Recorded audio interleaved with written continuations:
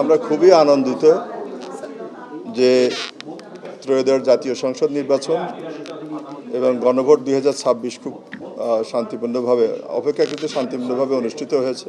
এখন যেটা প্রক্রিয়ার বিষয় সেটি হলো গেজেট নোটিফাইড হয়েছে, গেজেট নোটিফিকেশন হয়ে গেছে। আপনারা জানেন জাতীয় সংসদের 297টা আসনের যারা নির্বাচিত হয়েছেন তাদের নাম প্রকাশিত হয়েছে।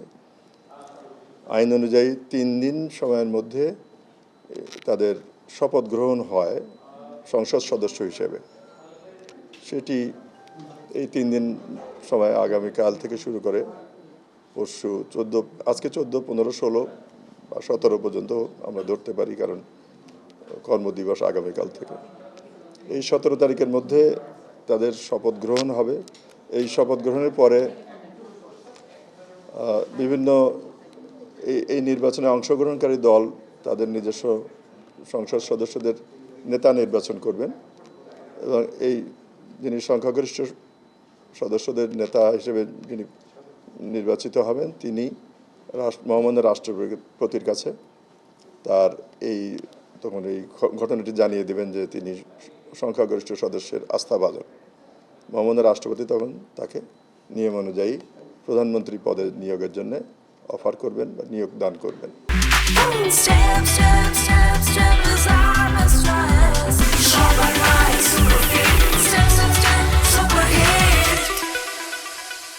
স্পিকার বা ডেপুটি স্পিকার বা তাদের মনোনীত কেউ এটা দিতে পারেন। তারা যদি কোনো মনোনয়ন না দিতে পারেন তাহলে সরকার থেকে আর কাউকে মনোনয়নের ব্যবস্থা করা হতে পারে। এইটা দায়িত্বটা আমাদের নয়।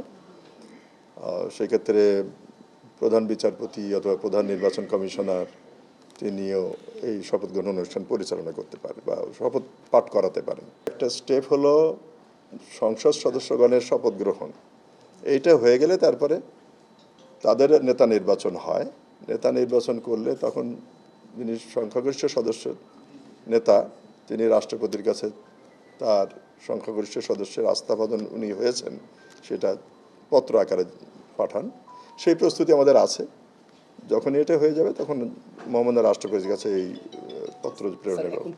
সুতরাং স্পিকার থাকার কথা না। তারপরে সংবিধানে এই সংক্রান্ত একটা বিধান আছে যে পরবর্তীকালে সংসদ সংক্রান্ত কোনো কাজ যদি পড়ে বা কাজ যদি হয় তাহলে ওই পুরনো স্পিকারকে ওই স্পিকার হিসেবে ধরে নেওয়া হয় ওই পারপাজের জন্য।